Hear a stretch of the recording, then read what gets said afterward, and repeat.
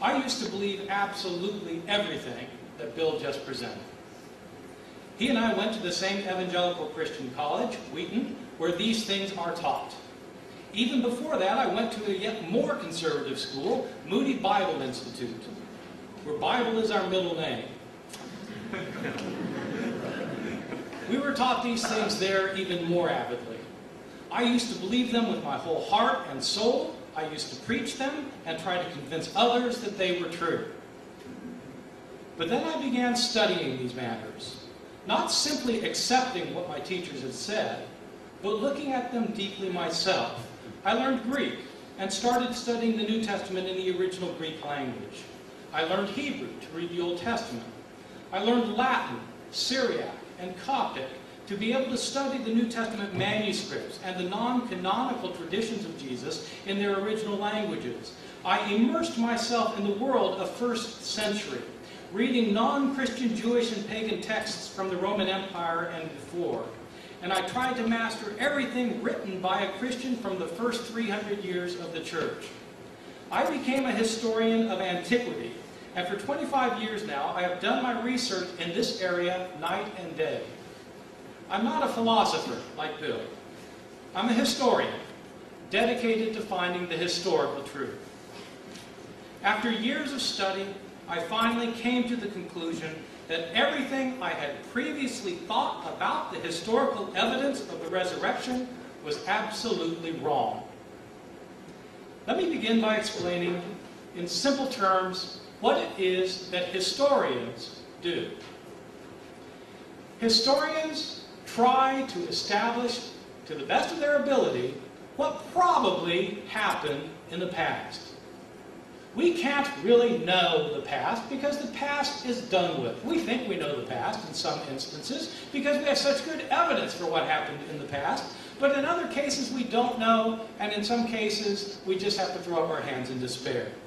It is relatively certain that Bill Clinton won the election in 1996. It may be somewhat less clear who won the election next time.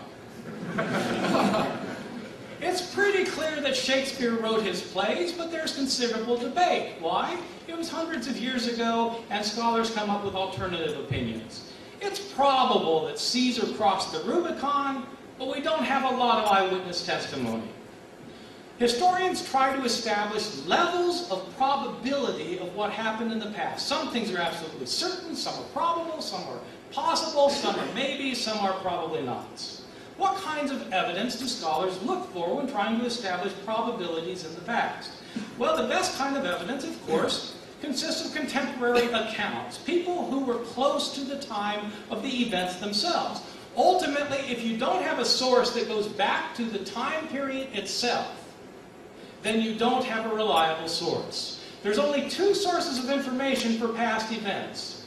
Either stories that actually happened, based on, ultimately, eyewitness accounts, or stories that have been made up. Those are the only two kinds of stories you have from the past. Either things that happened, or things that were made up. To determine which things are the things that happened, you want contemporary accounts, things that are close to the time of the events themselves, and it helps if you have a lot of these accounts. The more the merrier. You want lots of contemporary accounts, and you want these accounts to be independent of one another. You don't want different accounts to have collaborated with one another. You want accounts that are independently attesting the results. Moreover, even though you want accounts that are independent of one another, that have not collaborated, you want accounts that corroborate one another. Accounts that are consistent in what they have to say about the subject. Moreover, finally, you want sources that are not biased toward the subject matter. You want accounts that are disinterested. You want lots of them. You want them independent of one another, yet you want them to be consistent with one another. What do we have with the Gospels of the New Testament? Well, unfortunately, we're not as well off as we would like to be.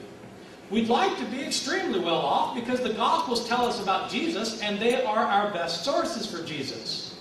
But how good are they as historical sources? I'm not questioning whether they're valuable as theological sources. sources for religious information, but how good are they as historical sources? Unfortunately, they're not as good as we would like. The Gospels were written 35 to 65 years after Jesus' death.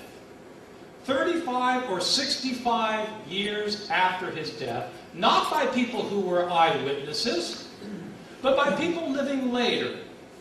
The Gospels are written by highly literate, trained, Greek-speaking Christians of the second and third generation.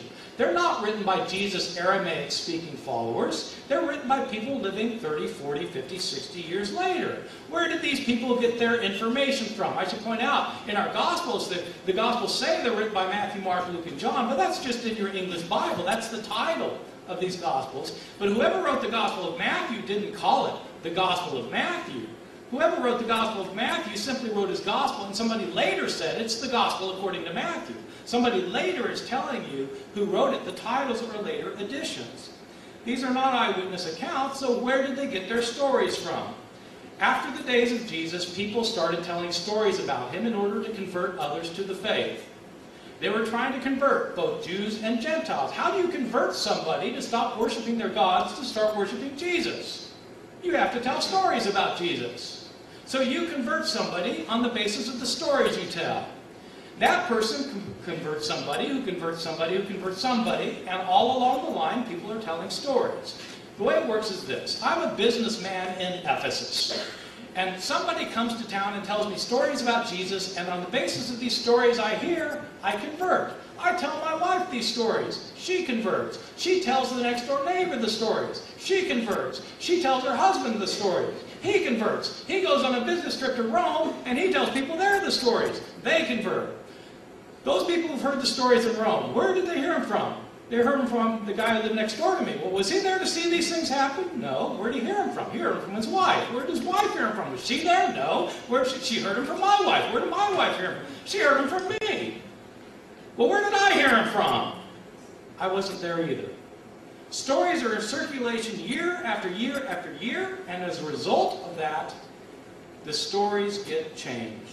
How do we know that the stories got changed in the process of transmission? We know the stories got changed because there are numerous differences in our accounts that cannot be reconciled with one another. You don't need to take my word for this. Simply look yourself. I tell my students that the reason we don't notice there's so many differences in the Gospels is because we read the Gospels horizontally.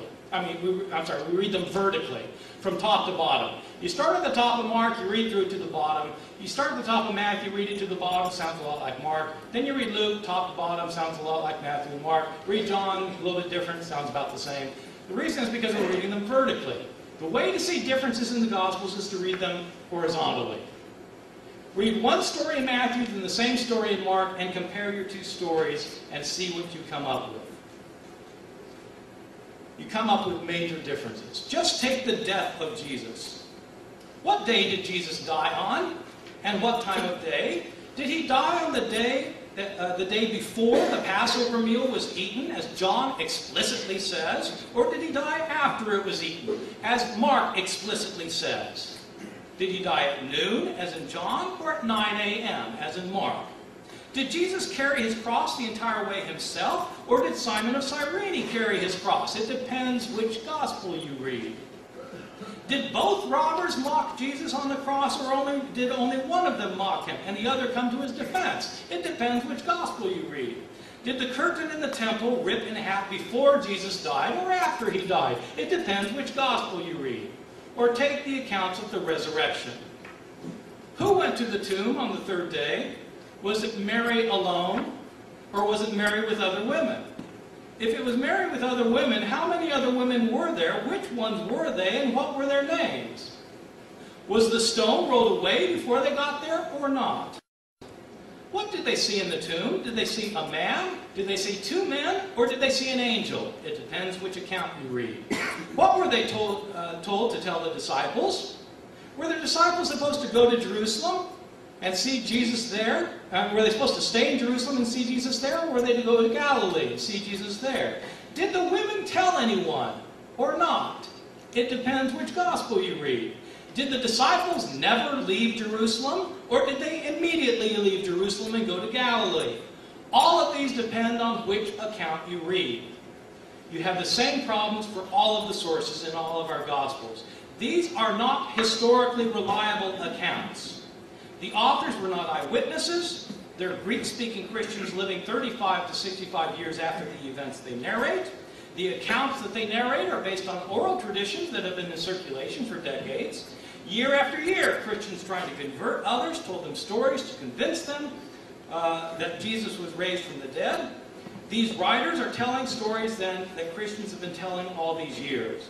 Many stories were invented and most of the stories were changed. For that reason, these accounts are not as useful as we would like them to be for historical purposes. They're not contemporary, they're not disinterested, and they're not consistent. But even if these stories were the best sources in the world, there would still be a major obstacle that we simply cannot overcome if we want to approach the question of the